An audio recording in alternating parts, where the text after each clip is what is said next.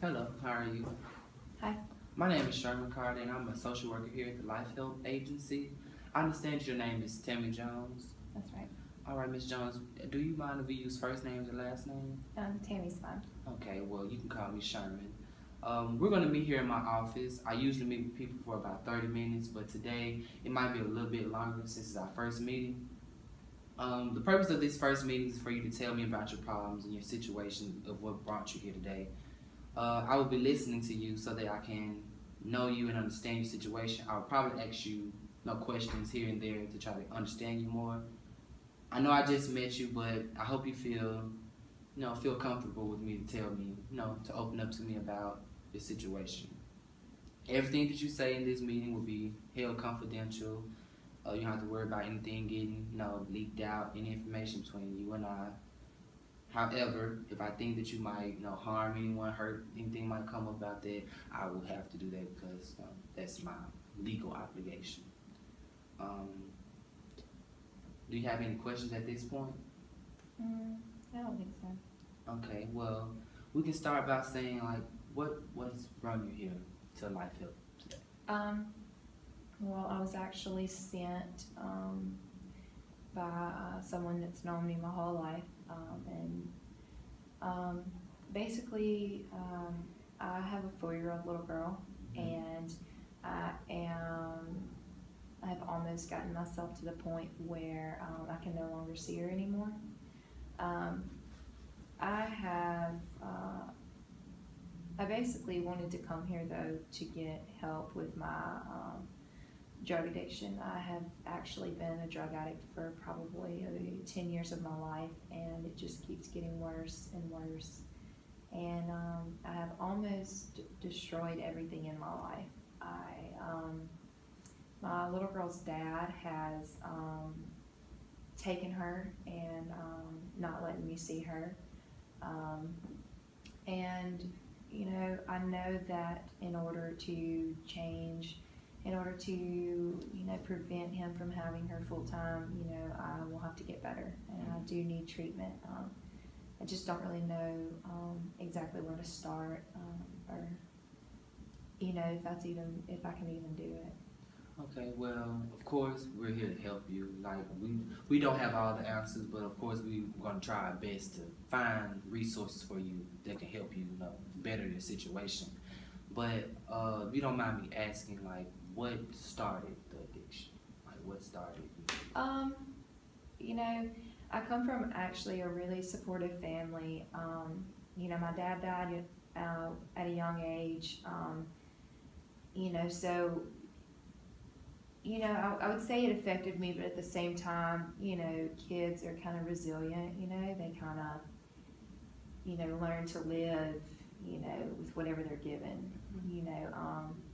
And that's kind of what I did. My mother did end up remarrying. So like I said, I came from a really supportive family. We went to church every weekend. You know, we got together for everybody's birthday, for all holidays. And no one in my family is actually a drug addict or an alcoholic. I guess you could call me the black sheep in the family. Um, most of my life I was overweight, and I do remember when I was 14, the first time I ever drank.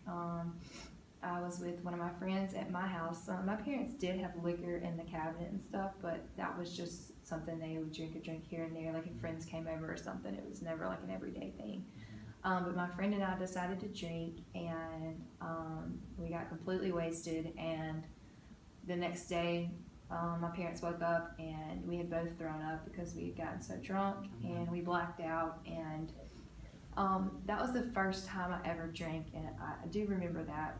And after that, I just remember, always having to have it. Like I said, I was overweight, so when I started doing drugs, I got into a bad group of friends. Just always picked the wrong crowd. I always did whatever everybody else did. Like if That was like in high school. yeah, well, I guess it started I guess it was in high school. Probably 10th grade. I guess I was 14 or 15. So But I think it was actually the summer going into 10th grade because I played sports most of my life. I was very active in school. I played like 4 or 5 sports, and I do know that. And then when I got to my junior year, I had gotten so heavy into drinking and drugs on the weekend and just partying that I didn't do any sports my junior and senior year of high school. You know, one thing I always did though was stayed in school and did well. I was at school every day. I never missed class, and I always, you know, somehow kept an A. So I do know that that's one way I always had a leeway over my family. You know, I always had good grades. You know, it was up until recently where my life has gotten completely out of control. So do you feel like, since you know that you're like kind of good academic wise, do you feel like exploring more, I guess, a different educational route, do you think that could kind of help you to stray away from Yeah, substance abuse? well, I thought so. You know, I'm 27 and I have an associate's degree in general education. And I got that right out of high school, right off the bat. And I've actually tried to go to nursing school 3 different times. And each time I'd get to like just a few weeks or a few months away from graduating, and something would always happen. I got into drugs. I would get into drugs even heavier, and like one time, the last time that I went into nursing school, I decided to do the LPN program, and I got there, and I got 6 weeks away from graduating, and I had to have a background check done so I could go to do internships at hospitals.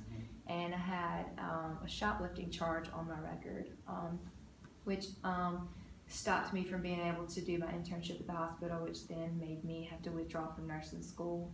Yet again, that was my 3rd time attempting it. And, you know, that was the first charge I'd ever had. And, you know, it was a result of me getting high and, you know, finding any way I can to make more money to get high every day. You know, that's basically what my life has been like over the past few years. It's just been like a deep, dark hole that I'm in that I can't get out of, that only gets worse. So what I'm getting is that do you feel like there's any hope for you in the future? That this could get better? Do you feel like that? You know, today I don't feel like there is. You know, I feel like I've tried, you know, for 10 years almost to get it together, and it just seems to keep getting worse. I know one thing I've never tried is going to treatment, and you know, I know that now it's my last resort that can possibly, you know, maybe help me. I know that if I was to ever lose my little girl, I don't know that I would even be able to continue on, you know, with my life, even, you know, without her in it. Okay, so are you willing to take the extra steps to make sure that, you know, that you'll be able to go on with, like, so I'm saying, like, I understand you want to, you know, without your daughter, you feel like you won't be able to make it, so are you willing to take the steps to make sure that, you know, you can have a prosperous life? Like, are you ready now to take those actions to, you know, try to get the help and treatments so that, you know, you can prosper? Do you feel like now you're ready for that? Even though it's taking so long, do you feel like now it's kind of... I feel like I know that the feeling that I have right now is a feeling that I haven't ever had over these past years. And I know that's a result of me having a little girl.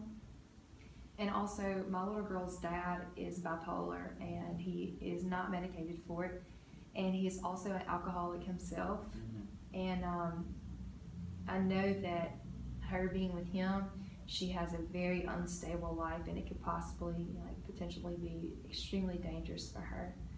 And, you know, it's like when I'm using, though, it's like nothing else matters but myself. Like, I don't think about all that. And, you know, I've gotten myself to a point where I have so many charges right now that I could potentially end up in prison. And I know that if I don't do something about it and get help, you know, now I'm going to lose my little girl, I'm going to go to prison, or I'm going to die. and I'm at that point now in my life that I know that. So I think that, you know, that's potentially a good sign for me. All right. So you wanting the best for your daughter is really like the basis for you wanting to get better and get your life together. Right, I think so. Alright. So I would think our first kind of step would be, would you be open to going into an in-home rehabilitation system or something like that, try to help you, you know, to regain recovery from it? Are you willing to do anything like that? Yeah, I think that's definitely what I'm gonna need. I did one time. I went to a facility called Parkwood